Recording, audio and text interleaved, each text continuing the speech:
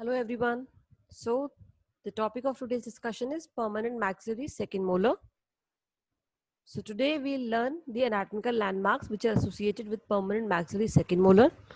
Also we'll study the morphological aspects and the comparison between the maxillary first molar and maxillary second molar. Starting with the principal identifying feature, when we compare the maxillary second molar from maxillary first molar, the fifth cusp, that is cusp of Carabelli, which is seen in maxillary first molar, is less evident in second molars. Also, the roots are less divergent and sometimes they appear to fuse together. The distal cusps, which are well developed in the maxillary first molar, are found to be rudimentary or less developed in cases of maxillary second molar. And when we compare the size, the overall size of the crown is less in comparison to first molar. So the overall dimensions are reduced, the roots are less evident, and the distal cusps are less well developed. When we see the occlusal anatomy, we can appreciate that the distal cusp, that is the distobuccal cusp and the distolingual cusp, are less pronounced, less developed. And when we compare the size of maxillary first molar with second and the third molar, the size decreases as we move posteriorly. Now coming on to the nomenclature, in different universal notations, in different notation systems, we have in the universal system as 2 and 15. In Zsigmondy Palmer, it is right of 7 and left of 7. In the FDI system, it is 1, 7 and 2, 7. Now the chronology of maxillary second molar, the first evidence of calcification is 2.5 years. Crown completion takes place at about 7 to 8 years. Eruption of tooth takes place 12 to 13 years and root completion is about 14 to 16 years. When we study the measurements of the maxillary second molar, we have to learn them in comparison to maxillary first molar because the overall dimensions of the crown is less in comparison to first molar except the buccolingual dimensions which are same. So the first molar and the second molar have same buccolingual dimensions, but the mesodistal dimensions are less and the cervico-occlusal length is less when we compare it with the first molar. Now discussing about the titrates of maxillary first and maxillary second molar, the relative size of the second molar is found to be smaller in comparison to first molar, especially when we see the mesodistal dimension, as first molar is found to be broader and second molar is less broader.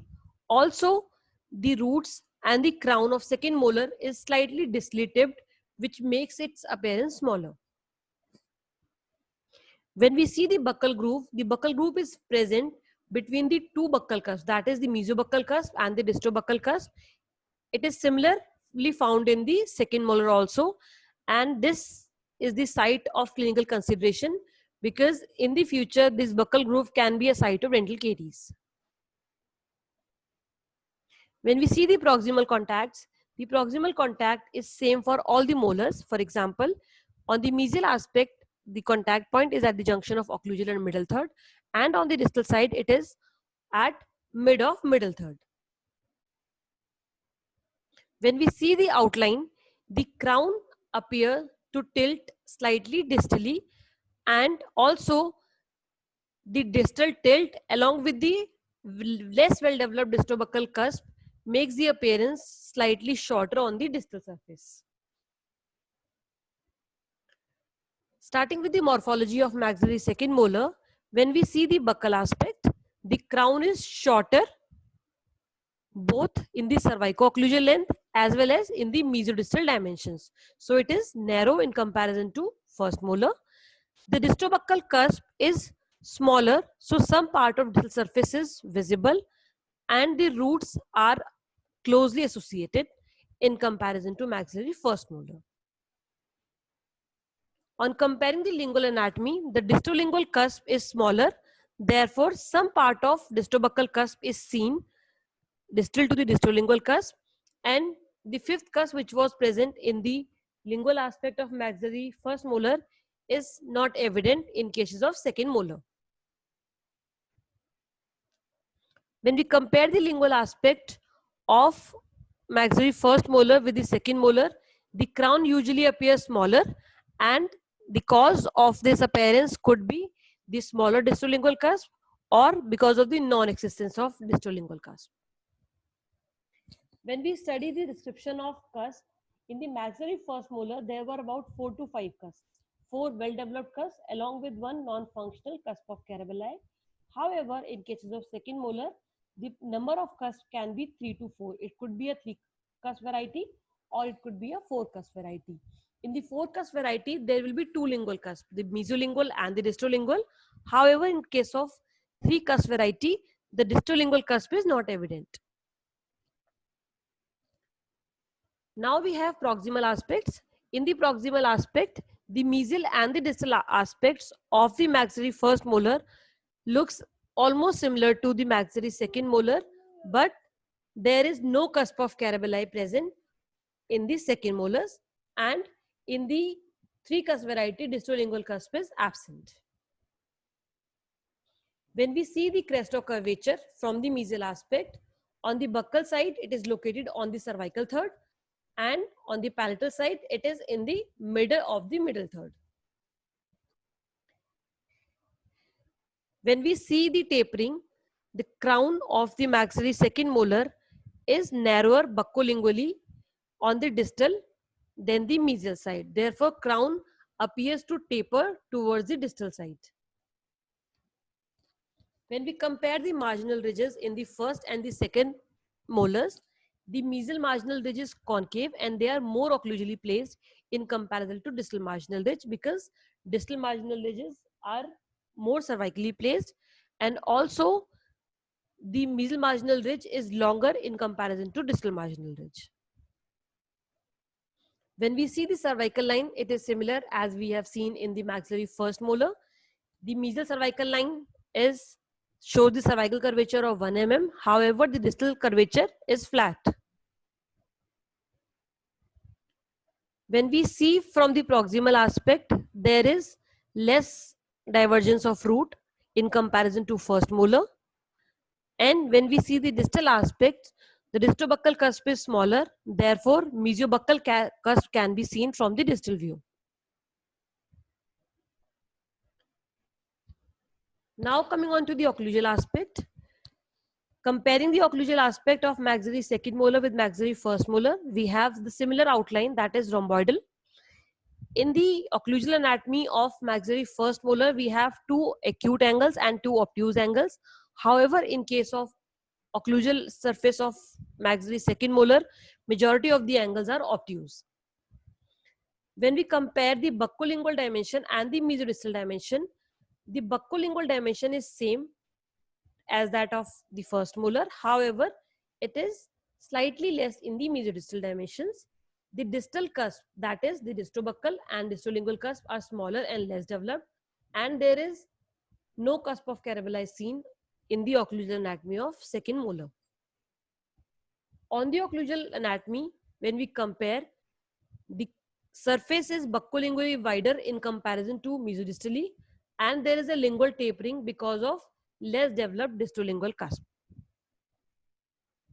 And the variation in the size of the first molar and second molar is attributed to the size and the location of distolingual cusp. In the 4 cusp variety, the occlusal aspect shows slightly square in appearance, and when we see the number and the size of the cusps, in the maxillary first molar there were 5 cusps, that is the mesolingual cusp, mesiobuccal cusp, distobuccal cusp, distolingual cusp, and the cusp of Carabelli. Whereas in the maxillary second molar, there is mesiolingual cusp, mesiobuccal, distobuccal, and less developed distolingual cusp, and the absence of the 5th cusp.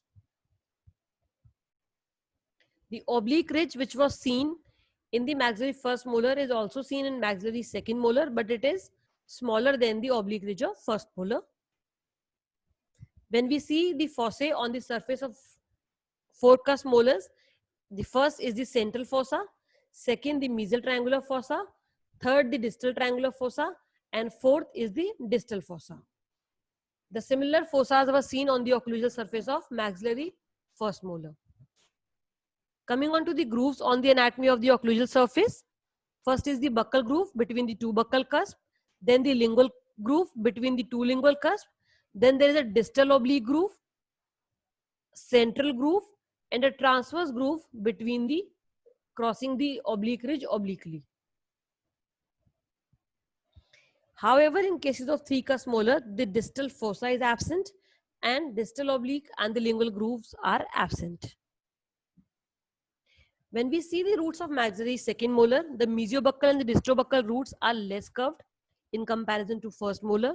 They are almost parallel and they show distal tipping. So we can appreciate the palatal root, which is longer, similar that was found in cases of maxillary first molar as well. The buccal roots are bending towards the distal surface and they are more parallel to each other. Now to summarize, we have 5 aspects: the buccal, palatal, mesial, distal and the occlusal.